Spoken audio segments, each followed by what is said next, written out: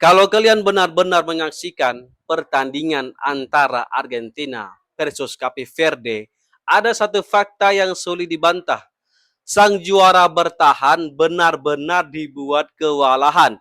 Bahkan dunia sepak bola hampir saja dikejutkan dengan tersingkirnya Messi dan kawan-kawan oleh tim debutan yang baru pertama kali mencicipi atmosfer Piala Dunia. Yang lebih mengejutkan lagi, Cape Verde sama sekali tidak bermain seperti tim yang hanya datang untuk mencari pengalaman. Mereka bermain tanpa rasa takut, berani menyerang, berani menekan, dan berkali-kali membuat lini belakang Argentina kehilangan bentuk permainan.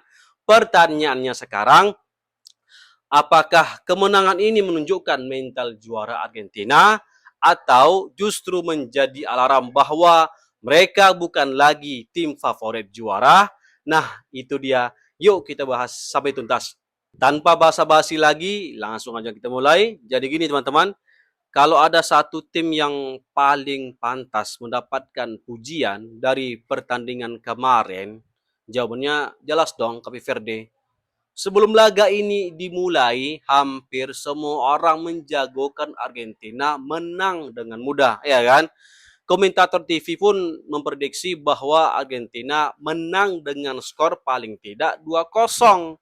Ya masuk akal sih, karena perbedaan kualitas pemain, pengalaman, hingga status sebagai juara bertahan. Membuat banyak orang memprediksi pertandingan ini akan berjalan satu arah. Namun yang terjadi justru sebaliknya. Cape Verde tampil luar biasa disiplin. Mereka tidak membiarkan Argentina menguasai pertandingan dengan nyaman. Wow, gila gak tuh? Begitu Argentina membangun serangan dari belakang, tekanan langsung diberikan. Satu kehilangan bola, seluruh pemain Cape Verde segera turun membantu bertahan. Transisi mereka juga sangat cepat. Begitu berhasil merebut bola, mereka langsung menyerang ruang kosong yang ditinggalkan bek Argentina. Strategi sederhana sih sebenarnya, tetapi dieksekusi dengan sangat baik. Wah, edan. Inilah yang membuat Argentina beberapa kali terlihat panik, kan? Selama ini banyak orang mengenal Argentina itu sebagai tim yang sangat rapi ketika menguasai bola, betul kan? Namun kali ini ritme permainan mereka benar-benar terganggu. Lini tengah Argentina beberapa kali kehilangan kontrol. Jarak antar lini mulai renggang. Bahkan beberapa pemain Argentina terlihat frustasi karena pressing Cape Verde tidak berhenti, ya enggak? Dan disinilah letak kejutan terbesar pertandingan ini. Cape Verde sama sekali tidak bermain seperti tim kecil loh teman-teman. Mereka bermain seperti tim yang benar-benar percaya bahwa mereka bisa menang.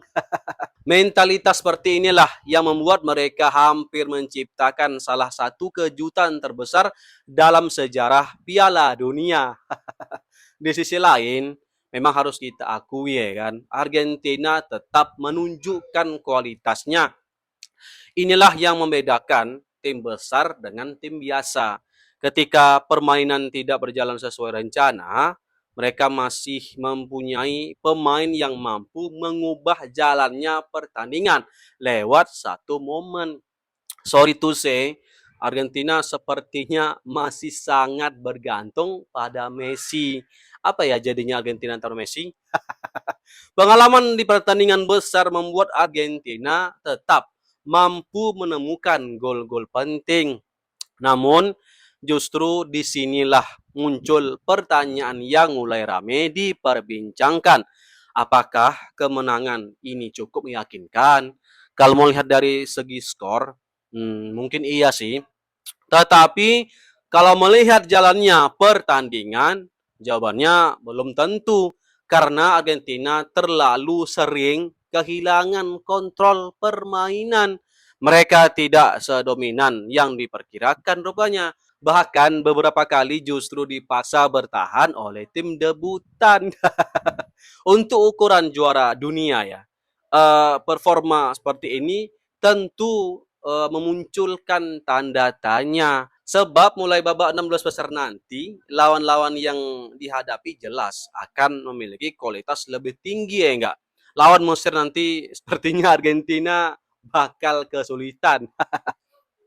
Kesalahan kecil yang bisa yang bisa ditoleransi saat melawan Cape Verde bisa berubah menjadi bencana ketika menghadapi tim yang lebih berpengalaman. Inilah alarm pertama bagi Argentina. Mereka memang lolos sih, tetapi permainan mereka masih jauh dari kata sempurna kalau menurut aku. Nah, teman-teman, sekarang ada pertanyaan yang paling menarik. Apa itu, Bang? Apakah setelah pertandingan ini Argentina masih layak disebut favorit juara Piala Dunia kali ini? Kalian bisa jawab di kolom komentar ya. Kalau jawabanku masih layak sih, tapi kurang meyakinkan. Kenapa? Ya, karena apa ya? Menjadi juara Piala Dunia, kan, bukan hanya soal menang. Yang jauh lebih penting adalah bagaimana sebuah tim menunjukkan dominasinya ketika menghadapi lawan yang di atas kertas berada jauh di bawah mereka. Bandingkan dengan beberapa kandidat juara lain. Ketika mereka sedang tampil dalam performa terbaiknya, mereka mampu mengontrol pertandingan sejak menit pertama. Lawan dibuat sulit keluar dari tekanan. Peluang berbahaya terus tercipta dan ritme permainan sepenuhnya berada di tangan mereka. Contohnya, Spanyol kemarin menang dengan mudah atas Austria, Prancis menang telak atas Swedia. Ini kan tim-tim yang sekelas dengan Argentina, ya kan teman-teman? Malah Messi dan kawan-kawan kali ini justru menunjukkan hal yang berbeda. Mereka memang masih punya kualitas individu yang luar biasa. Kreativitas lini tengah masih berbahaya. Penyelesaian akhir tetap tajam. Dan pengalaman para pemain membuat mereka mampu keluar dari situasi sulit. Tetapi ada satu masalah yang cukup mengkhawatirkan. Tahu nggak apa? Pertahanan Argentina terlalu mudah ditembus ketika menghadapi serangan balik cepat. Beberapa kali Cape Verde mampu menemukan ruang di belakang garis pertahanan Argentina. Koordinasi antar lini juga sempat terlihat kurang rapi ketika kehilangan bola. Kalau situasi seperti ini terjadi saat menghadapi tim-tim yang lebih klinis seperti Portugal, Asyik, Prancis ya kan ataupun Brazil, konsekuensinya bisa jauh lebih mahal. Itulah sebabnya kemenangan ini terasa berbeda. Di atas kertas, Argentina memang lolos ya kan. Namun dari sisi permainan, mereka meninggalkan cukup banyak pekerjaan rumah. Di sisi lain, kita juga nggak boleh meremehkan Cape Verde. Justru pertandingan ini menjadi bukti bahwa sepak bola dunia semakin merata, ya kan? Status tim debutan tidak lagi berarti datang hanya sebagai pelengkap, kan begitu? Cape Verde datang dengan identitas permainan yang jelas. Mereka berani memainkan bola dari bawah, disiplin menjaga bentuk pertahanan, tidak mudah panik ketika ditekan, bahkan ya memiliki keberanian menyerang saat melihat celah. Wow, gila nggak? Mental seperti inilah yang membuat mereka hampir menciptakan salah satu kejutan terbesar di Piala Dunia 2026.